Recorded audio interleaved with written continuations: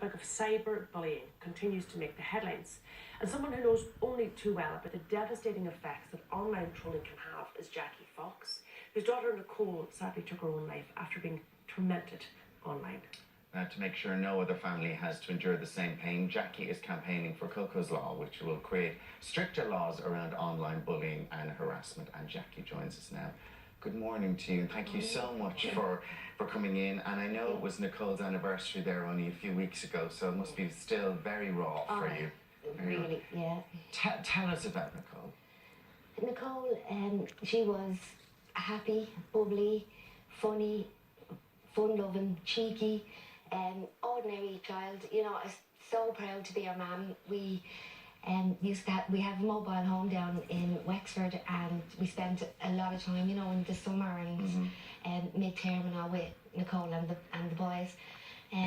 You know, she had loads of friends down there. She was very trusting, you know, she was just learned to jump off the pier without her armbands, and, you know, just bubbly, just an ordinary. And you said she was very open-hearted. She really wore her heart on her sleeve. Yeah. Loved to be loved and loved to love. And that I think that was one of the problems as well, because she took on people too soon, do you know what I mean? And thinking people were her friends, and, you know, she would trust them, and, you know, it backfired on her again. It went to her friends. The bullying, when did it start, and when did you become aware of it? It started when she was nearly 18, and she was starting to experience going out to her first nightclub. Everything was fine at the start. Couple of weeks, couple of months into it, then it started with two girls in particular, who admitted and ended up saying they were jealous of Nicole, and they were so nasty to her. They put cigarette burns out on her feet. One of them reefed her down the stairs by the hair, and they used to pretend they were dancing on the floor. Nicole was only my height; she was 5 foot, and they were taller. So when they were dancing, they'd give her an elbow in the face or the chest, or they knocked her so hard one night into the corner of the table, they dislocated her hip.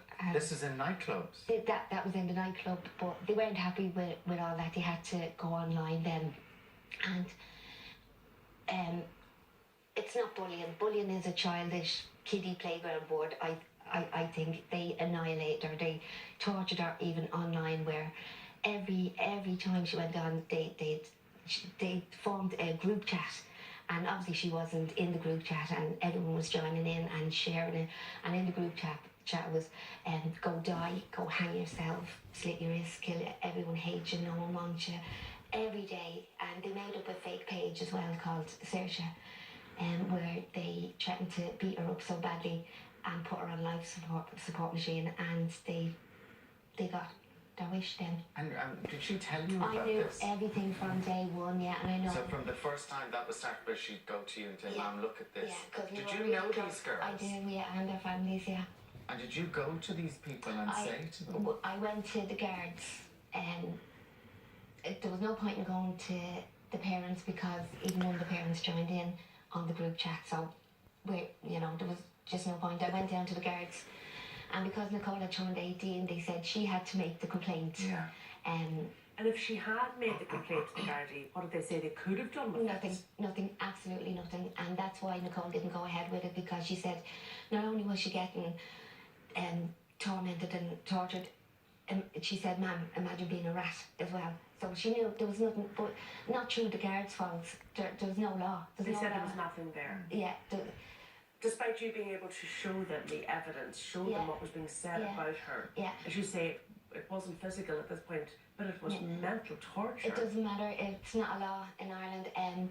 I could add you as a friend, or you a friend on Facebook, and annihilate you, and there's nothing you can do about it, because there's no law. And obviously as a mother, you're saying to her, don't go online. Yeah, just ignore it, delete it, give me your phone. I presume you tried and did all of those things. I did, and she would only go out once a week. She loved to sing and dance. Hadn't got a note in her head, but she would sing anyway. But before she'd go out, she'd be all nervous, and she'd be thrown up in the bathroom. And then when she'd be all ready, she'd go, Ma'am, take a photograph of me. and she'd have a big smile on her face going out. So it was that mask that she used to put on, and I'd say, please, Cole, don't go out, just stay in. And she'd go, Mum, like, why can't I go? Why shouldn't I be able to go out? And she says, I'm not going to let them win. And she'd go out and she'd pretend that she's happy and she'd be dancing, and I think that annoyed them even more when I'm not getting to her. And then in 2015, in May 2015, Nicole took an overdose because of this, and I thought that day was my worst nightmare. I didn't know what was to come after that. So had you seen a decline in her behaviour and everything? She, from this bubbly, lively, funny girl, she spent a lot of time in her room then, and I used to lie on the bed with her and cry with her. She actually started self-harming herself, where she'd get her nails and dig it into her skin on her legs and then her belly, and then it went onto her face. She just went downhill, and she turned around to me and says, Ma'am, I don't want to be here anymore, and the only reason why I can't die is because I don't want to leave you heartbroken, because we were so close, and hearing your daughter saying that it's just absolutely devastating. And she couldn't, you felt, get away from it. It wasn't as simple as just not looking at these pages or closing down your phone or deleting apps. It's not like that, is it? Explain to people why she couldn't just not look at the commentary and turn away from it. It's not that. 9 times out of 10 she wouldn't look at it. She barely looked at it, but then she'd have some of her friends, whatever, and they'd put it up. Or if she was on Facebook, someone that knows someone would put something up, do you know what I mean? So even if she didn't go into the direct comments, she would see it on Facebook somewhere, or someone would tell her. And then again, she said she'd rather know what they're saying behind her back than going out and someone just saying things to her and not be prepared. How did you as a parent, like, because I know there'd be parents watching in this morning would say, if I knew that family, I'd be over tearing the door down, going, what are you doing? Do you not realise what you're doing? How did you resist and not doing that? Because I would have killed them. And that's being honest. I had to move out of my home where I live now. I've moved down to Wexford in the last 5 weeks, because I was a prisoner in my home, and so was my son, my 2 sons. If I'd have seen them, Alan, walking down the road and I was driving, would I have accelerated? Probably. You wouldn't have been responsible In your own for your own mind, yeah. actions. Yeah.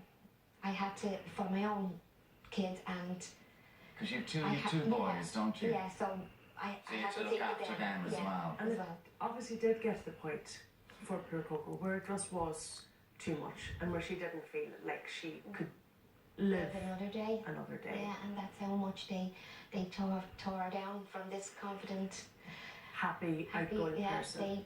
they tore strips off her. They just broke her down till she couldn't take it. And obviously, in the midst of your heartbreak, and she knew she would leave you heartbroken, and obviously she has, and her 2 brothers, her 2 sons, and I'm sure a wider circle of family and friends, you are determined to introduce Coco's law in her memory, that this is her legacy. Yeah. What's the idea behind this law? It's to make online bullying a criminal offence. It's not a criminal offence now. You can say anything you want, threaten anyone you want online, and there's nothing you can do about it. There is no law there. So what I'm bringing in, and it's in the committee stage at the moment, is to make online a criminal offence, where repeat persistent bullying. It's not like, one kid says something silly, and not as simple as that. Persistent repeat bullying, where you can go to the guards this time, and the guards can do something about it, where before the guards couldn't do anything. And you say it's at committee stage, so it didn't go through the final stage, it hasn't been passed, but it was proceeding quite well through Adele Erin with the previous governments. So you want to make this a priority for the next government, I would imagine.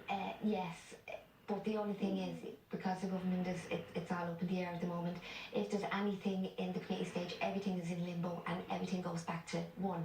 To stage 1, it does, yeah. But it's okay, because, and I was devastated when I heard that, but it's okay, it's going to be brought straight back up to stage 3 when the government come in. Now, I got, it's actually Brendan Howland that is...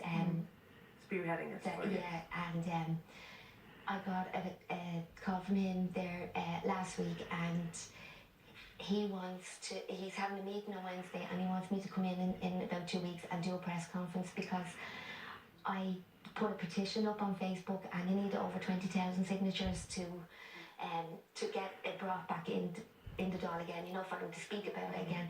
And I think there's 26,000 signatures on it, but I'm going to hand the petition in front of the media, where let the media know what's going on as well, and let them say, well, why isn't it in, or get behind me. They are behind me already, but put more pressure on to... Well, we'll be there to help you along the way as well, and hopefully give you a bit more support there. I'm just wondering, Jackie, what did you think when you saw the death of Caroline Flack and the questions being raised about the position of the press intrusion, and the online trolling that she received?